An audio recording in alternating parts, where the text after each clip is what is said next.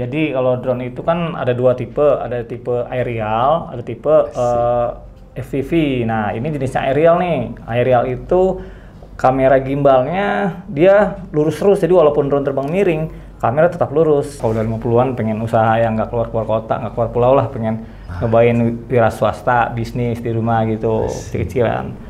Nah, intinya juga jangan lupa buat generasi muda, lupakan gaya, pentingkan hasilnya. Kalau udah kaya baru bergaya. Iya, jangan banyak gengsi nggak kaya-kaya.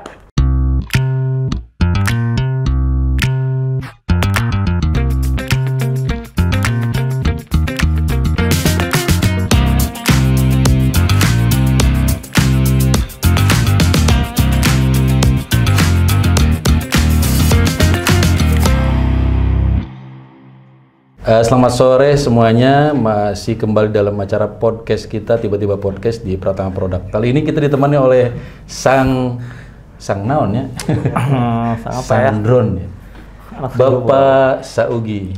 Selamat sore. Sore.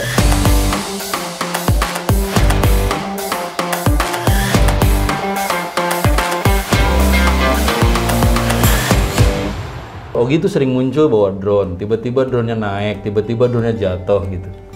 Mungkin pemirsa ingin tahu siapa Ahmad Saugi itu. Silakan memperkenalkan. Baik, selamat sore semua netizen. Kameranya ke sana, Pak. Oh iya.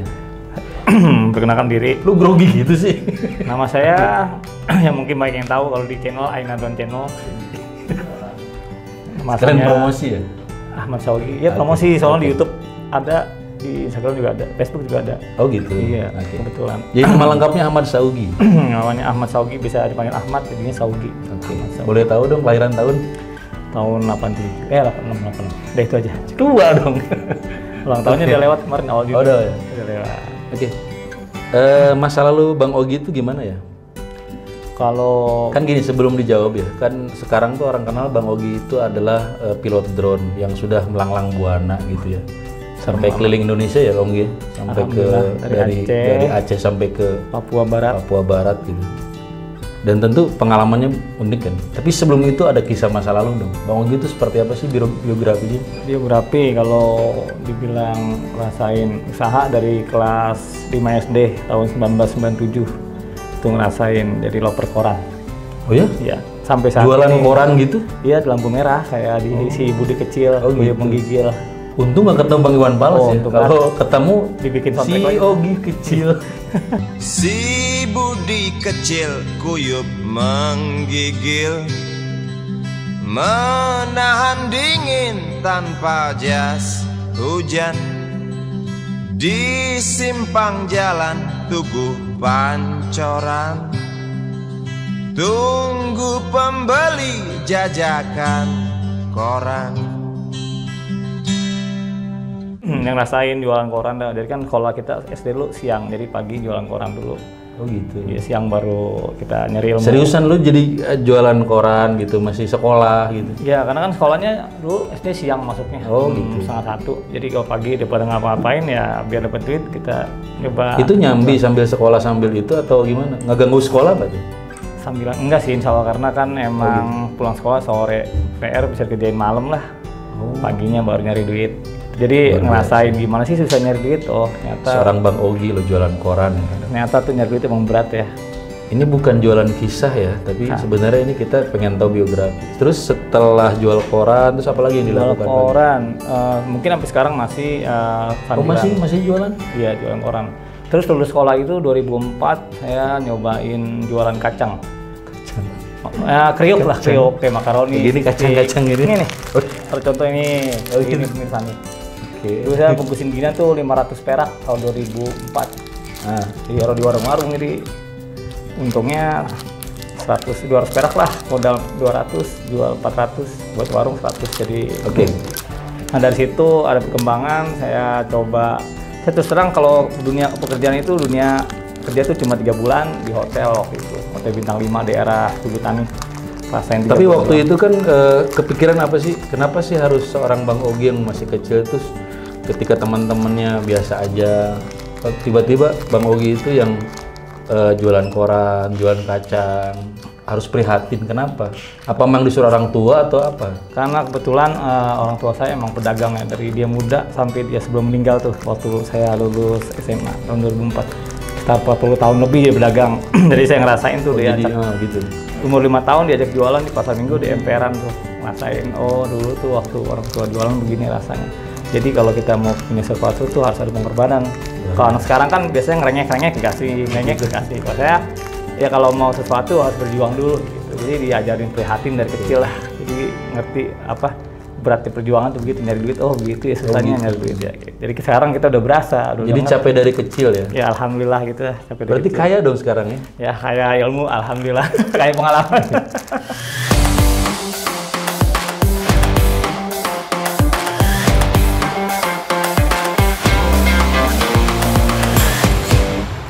Terus singkat cerita, Bang Ogi itu kemudian nikah dan sebelum main drone itu apa dulu sih aktivitasnya? Nikah tahun berapa? Nikah 2009. 2009 ya kan? Kenapa? 2009 dulu mata pencarian apa tuh awal-awal nikah? Sales kayak gini nih, kacang, makanan. Oh gitu, masih jalan? Iya, jadi abis ini udah kan ini produksi sendiri nih, beli bal-balan, gitu. di packing, kita bikin cap sendiri, naruh di warung-warung, itu sambil berjalan. Pernah sempet booming, punya anak buah banyak, ya 4-5 orang anak buah, alhamdulillah jadi bos walaupun kecil-kecilan. Iya. Habis itu namanya usaha turun, surut, kita coba usaha lain kayak permen, Astor, Ciki, kacang. Oh gitu masih jalan? Iya, namanya Kanpas. Masukin ke warung-warung. Nah dari situ sambil kuliah tuh. Cuma saya kuliahnya sempet, cuma 4 semester doang. 4 semester. Karena capek nyari duit sambil kuliah, ternyata luar biasa. Luar biasa ya. Ternyata hebat buat para pekerja yang nyari duit sambil usaha, itu luar biasa. Semangat terus. Oke. Singkat cerita ya, ujung-ujungnya nikah 2009. 2009 itu kenapa saya bisa kenal drone? Waktu saya nikah, istri saya ngidam, bukan istri saya ngidam, jadi saya ngidam pas ngeliat helikopter remote control ukuran kecil tuh di Blok M. Ini banyak orang nggak tahu loh, sejarahnya Bang Ogi main drone itu sebenarnya main apa pertama tuh nerbangin helikopter ya? Helikopter yang mainan tuh yang harga 200.000 yang pakai remote, yang kan remote kecil ya. Tuh.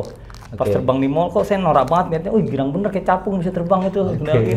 Sampai tidur juga nggak bisa tidur beneran, kepikiran terus. Pengen bisanya terbang tuh. Iya, akhirnya punya duit tuh, duit sisa kondangan orang pada ngasih ini, kita beliin tuh helikopter, mainin, hancur beli lagi, ya lama-lama nih duit gua habis buat ginian doang.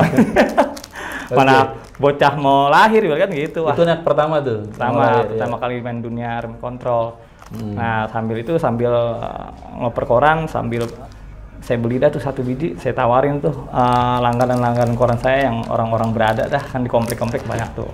Tawarin dia. Dari situ ada yang ngajakin join kerjasama tuh, buka toko remote control. Nah kebetulan customer saya dia mau modalin tempat, saya modalin barang.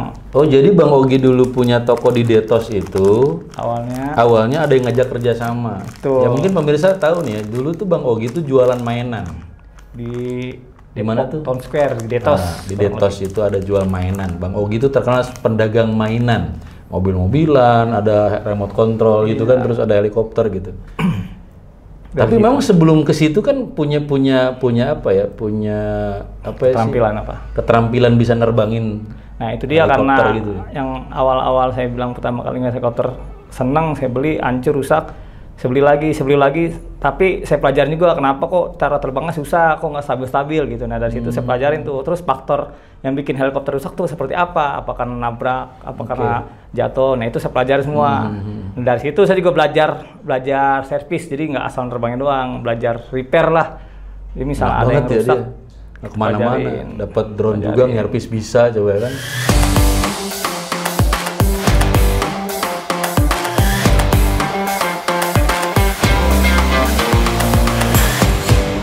Banyak yang bilang Bang Ogi itu kayak orang Cina.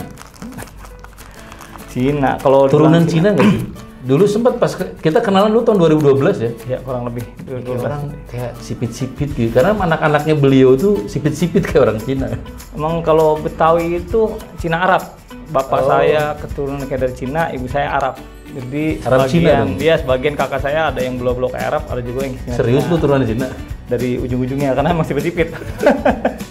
Oke. Ya mungkin Cina kampung lah. Cina kampung.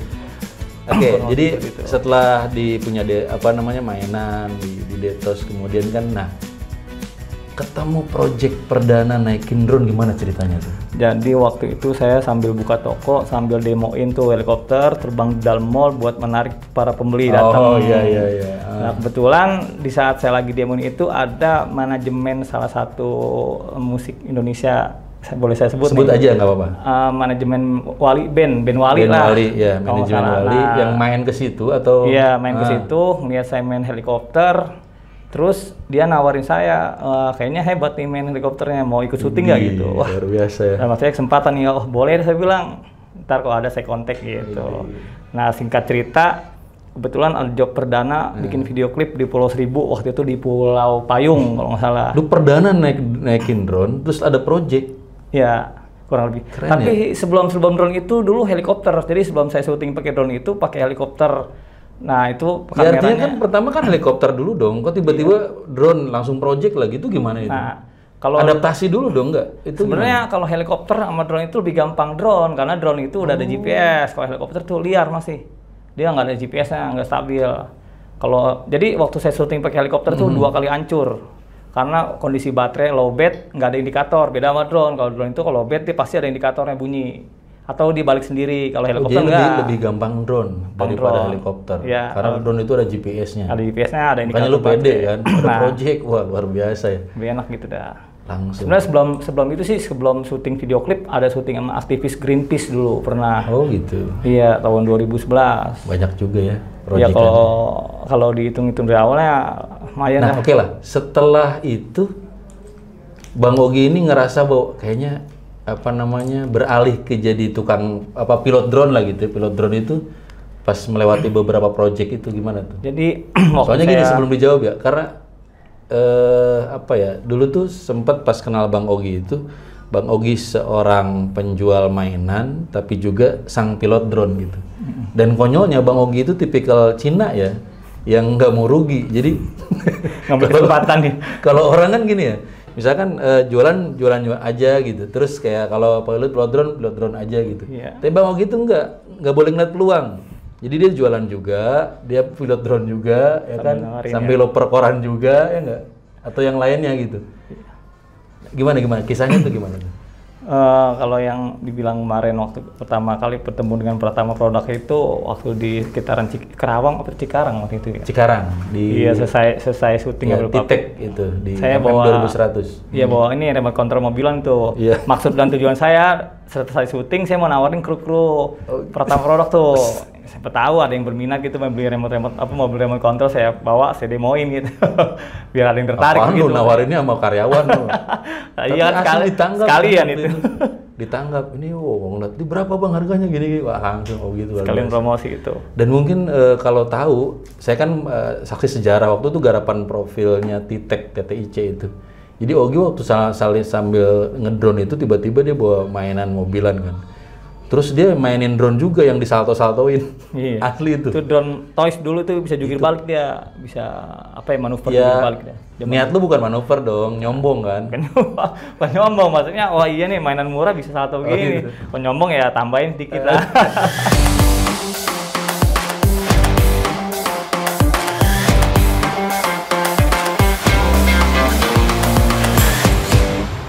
Sekarang kisahnya Bang Ogi kemana aja nih pengalaman yang sudah dilalui?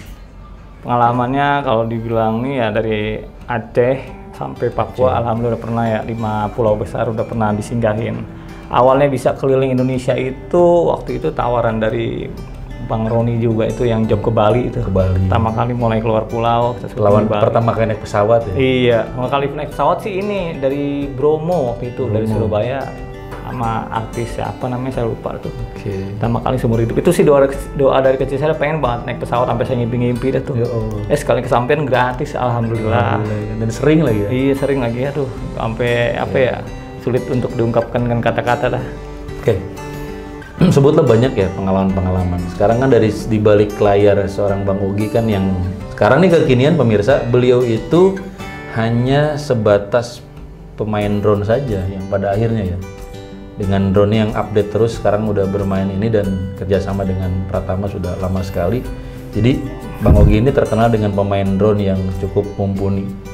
Nah sekarang kisah di baliknya Bang Ogi sebagai pemain drone itu, pilot drone itu, ada nggak kisah-kisah yang mengharukan dalam peristiwa proyekan atau apa gitu?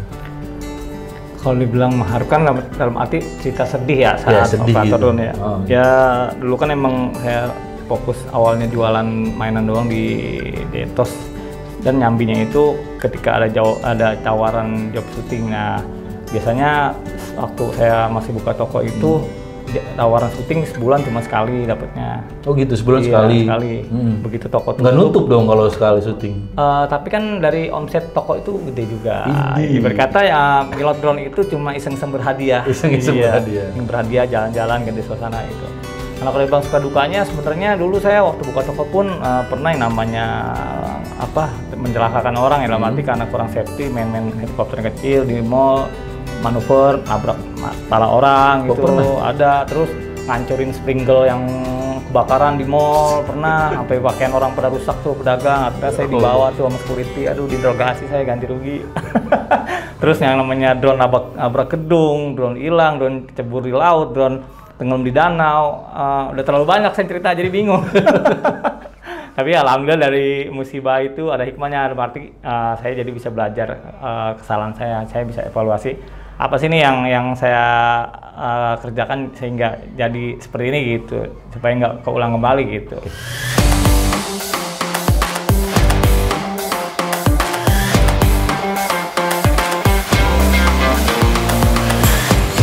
Pemirsa, sebenarnya Bang Ogi itu karena terkenal sebagai pilot drone yang profesional yang sudah banyak jam terbang. Jadi banyak kerjasama dengan beberapa PH dalam garapan apapun ya, kompro, safety, layar lebar ya, atau video klip gitu. Nah sekarang bicara soal tadinya jadi angan-angan, tiba-tiba jadi ke pekerjaan ya, hobi. Naikin drone helikopter terus jadi pekerjaan sekarang. Dan sekarang total dari sini dong pendapatan yang besar ya. Iya, kurang lebih dari drone 90% buat ya kehidupan untuk menghidupi keluarga. Iya. Di rumah ada berapa anak ya? Anak baru 4, pemirsa. Dengan istri? Istri baru 1. Alhamdulillah. Ya. Ini ciwi-ciwi di mana? mau berapa Bang? Kemudian kan Bang Ogi juga aktif dalam komunitas ya. Nah, bisa cerita nggak komunitas seperti apa itu? Kalau di komunitas drone yang pernah saya ikut waktu awal-awal itu di tahun 2016, komunitas daerah Depok Set Drone kurang lebih. Saya gabung di situ sama anak-anak Depok sekitaran, ya terbang bareng. Sebenarnya sih yang saya butuhin emang banyak teman baru lah. Pengen sekalian menyebarkan ilmu, sekalian menyebarkan, siapa tahu di situ ada rezeki kita nih, ada teman kita yang kerja di perusahaan ini yang butuh jasa buat video profil, kan saya bisa tawar sekalian berbagi ilmu buat mereka yang baru pada belajar drone, safety terbangnya tuh seperti apa sih, cara mainkan drone itu agar mereka juga nanti saat di lapangan saat terbangin drone tuh nggak gugup, nggak kaku, terus juga bisa tahu faktor-faktor keselamatannya saat terbangin drone gitu kalau di komunitas. Oh gitu? Iya, kurang lebih seperti itu dah. Tapi katanya Bang Ogi itu suhu kalau di komunitas deh. Bukan suhu, bangkotan. Karena umur. Bangkotan. Ya sebenarnya sih nggak ada istilah suhu, itu mah sebutan aja karena mereka kayak lebih senior kali ya. Iya, mungkin senior umur kali ya. Kalau ilmu juga belum tentu. Boleh tahu ini namanya apa? Drone apa? Itu kalau drone itu kan coba bisa jelasin Bang Ogi. Kalau drone itu kan ada 2 tipe, ada tipe aerial, ada tipe FPV. Nah, ini jenisnya aerial nih. Aerial itu kamera gimbalnya dia lurus terus, jadi walaupun drone terbang miring, kamera tetap lurus. Aerial. Oke. Kalau tipe drone yang FPV, dia tuh drone racing lah istilahnya. Jadi dia tuh nggak mengutamakan. Bukan motor doang racing ya? Bukan, motor doang racing juga. Jadi buat peruntukannya beda. Kalau drone aerial biasanya emang buat perusahaan-perusahaan yang ngambil gambarnya resmi, biasanya mereka banyakkan aerial. Tapi kalau buat yang adegan-adegan kayak ngejar-ngejar motor, mobil, atau balap sepeda, yang ekstrim biasanya mereka pakainya ke FPV atau racing karena ya, khusus. lebih sinematik ya cara pengambilan gambarnya. Tapi resiko itu banyaknya di drone aerial karena yang paling mahal itu kalau kerusakan di faktor gimbal. Oke. Kalau body retak, patah itu masih nggak begitu ngaruh, yang penting gimbalnya normal lurus. Kalau di FPV dia kan nggak ada gimbalnya, jadi walaupun drone-nya crash nabrak, kalau kamera masih normal nggak masalah, dia nggak mikirin gimbal, lebih aman. Tapi secara buat pemula lebih aman itu nerbangin drone aerial karena lebih stabil, lebih gampang operasiin daripada drone FPV. Oh, buat pemula ya? Betul, pemula, buat pilot pemula tuh enakan main aerial. Buat ngelancarin dulu fungsi-fungsi sticknya apa sih? Oh, ini apa ini? Ini ya sticknya. mungkin stick kanan fungsinya buat apa, stick kiri buat apa gitu. Ntar di sini gitu. ada fitur-fitur tombol tambahannya gitu. Kalau di FPV kan kita selain itu kita harus belajar pakai kacamata Google, jadi seolah-olah tuh kita di dalam drone, dalam pesawat. Oh, jadi gitu, kalau belum langsung terbiasa emang kameranya agak, gitu. iya agak pusing gitu. Kayak agak VR gitu ya? Betul, kayak VR kalau FPV pakai itu. Terus kalau misalnya buat teman-teman sekalian yang pengen bikin usaha video company profile, video wedding, mungkin kalau buat pilihannya buat jenis DJI ya, karena saya biasanya pakai DJI, nggak pakai merek lain, jadi saya kurang tahu yang lain. Jadi biasanya pakai DJI. Paling kalau buat sekarang yang masih worth it ya Mavic 2 Pro. Buat mapping pun dia bisa karena resolusi kamera lumayan tinggi dia, megapikselnya 20 megapiksel. Jadi kalau buat kompro buat zaman sekarang masih worth it banget. Oke, ini untuk itu. Tapi ada yang drone yang gede itu apa sih, Gi? Yang gede itu yang Drone gede juga banyak fungsinya. Ada drone buat pemetaan, lidar, bikin lidar. Ada drone buat pertanian, buat nyiram. DJI Grace biasanya kalau di DJI ya, dia ada kapasitas 40 liter, ada yang 50 liter. Kalau yang drone bisa ngangkat orang tuh, Gi, ada yang di luar negeri? Luar negeri sekarang si Cina udah di Cina maksudnya udah gimana bikin Itu seriusan itu naik pakai drone gitu? Iya, jadi ibarat kata taksi udara lah istilahnya. Oh gitu? Iya, pilotnya cuma satu dan terbangnya juga nggak lama, cuma 30 menit. Oh gitu? Sama. Cuman ya nggak tahu rasanya gimana, soalnya belum pernah nyobain.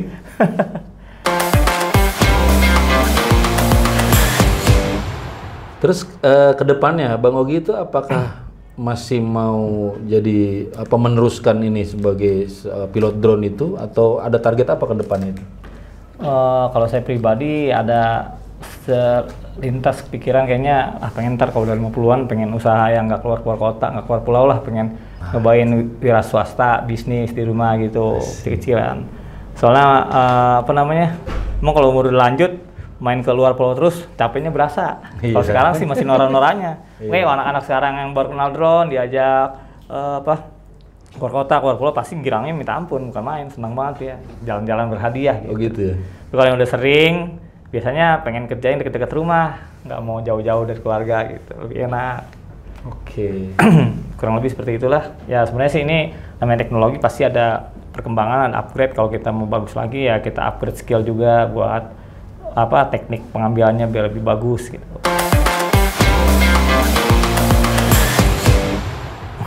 Seperti apa Pratama Produk di mata Bang Ogi, dan kesan-kesannya seperti apa? Kalau buat saya pribadi yang bagus-bagus aja dong. Iya betul. Nggak apa-apa juga cerita aja, ini sebagai masukan ya. Betul. Seumur hidup saya ikut PH selama saya jadi operator drone, operator helikopter. Sebutannya operator ya, lebih keren ya. Ketimbang pilot ya. Pilot terlalu tinggi. Oh tinggi. Kita masih di darat mainnya, teman drone terbang. Kalau pilot mesti naik ke sini ya. Iya. Kenapa lu nggak naik aja? Dia bilangnya operator aja lah, biar gitu. umum. Kalau pilot tinggi harus naik ke pesawatnya. Iya, kalau kita di darat terbangin operator aja sebutnya. Operator aja. Oh, ini operator drone, Bagaimana tuh kesan-kesan Bang Ogi selama ya, alhamdulillah beberapa proyek di Pratama? Saya senang terus terang dalam pergaulan selama saya kenal Pratama itu banyak ilmu yang saya dapetin ya, terutama ilmu tawakal dari orang-orang, karena kebanyakan Pratama itu lulusan orang-orang pesantren pemirsa, dia lulusan orang-orang at-taqwa, jadi nggak selamanya pesantren itu gaptek, jadi jangan salah sangka ya. Orang kita milih ilmu dunia, ilmu akhirat nggak bakal ngikut, tapi kalau kita ngejar akhirat, insya Allah ilmu dunia ngikut. Gitu. Kayak ibaratnya kalau kita tanam padi, pasti di situ ada rumput. Kalau kita tanam rumput belum ada padi, belum tentu ada padi gitu maksudnya. Jadi kalau misalnya kalau kita orientasinya dunia aja, akhirat bakal ketinggalan. Nah, yang saya senang di Pratama itu semenjak saya kenal orang-orangnya, alhamdulillah mereka tuh solid, terus juga bertakwa istilahnya lah. Walaupun jadi lulusan pesantren takwa ya. Ya seenggaknya selama yang saya temuin ya di dunia perfilman, saya kan ngerasain dari 2011 sampai sekarang nih sekitar 14 tahun. Kalau mohon maaf memang di dunia film Entertain, itu entertain agak bebas gitu. Karena mereka ngerasa lu gua gitu, gua nggak gangguin lu nggak usah usil sama gua gitu. Tapi udah di Pratama beda, kita saling mengingatkan kalau ada yang salah. Tapi justru baliknya loh, Bang Ogi itu sering ngingetin kita loh. Kalau misalkan lagi syuting di luar tuh, sholat dulu. Ketinggalan. Bang Ogi itu luar biasa untuk masalah ibadah. Ya, kita hablumnallah hablum nanas, maksudnya biar seimbang sama-sama. Terlepas dari apa yang kita kerjakan, sebenarnya ada satu hal ya. Kita ini kan bukan sekedar hanya usaha nyari duit kan ya Bang Ogi ya. Kita juga ada sesuatu nilai yang harus kita perjuangkan secara spiritual. Karena buat saya itu antara kesenian, karena saya juga dulu pernah belajar di kesenian. Saya ya masa lalu saya itu kita pernah di teater, pernah di mana-mana komunitas. Butuh pemicu sebenarnya. Spiritualitas kita itu apa gitu. Kalau zaman dulunya saya itu dan teman-teman itu spiritualitasnya itu adalah seni. Saya aneh waktu itu mikir, kok seni jadi Tuhan ya gitu. Seni itu jadi Tuhan, saya enggak, dia itu jadi budaknya seni.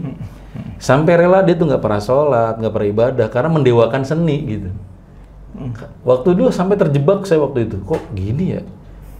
Memang kalau karya mereka bagus-bagus karena dewanya mereka itu seni lah. Betul. Tapi mereka jadi budaknya seni gitu. Saya rubah akhirnya, seni itu bukannya Tuhan gitu. Seni itu harus kita injak gitu bahasanya gitu. Kita yang ngatur kok gitu.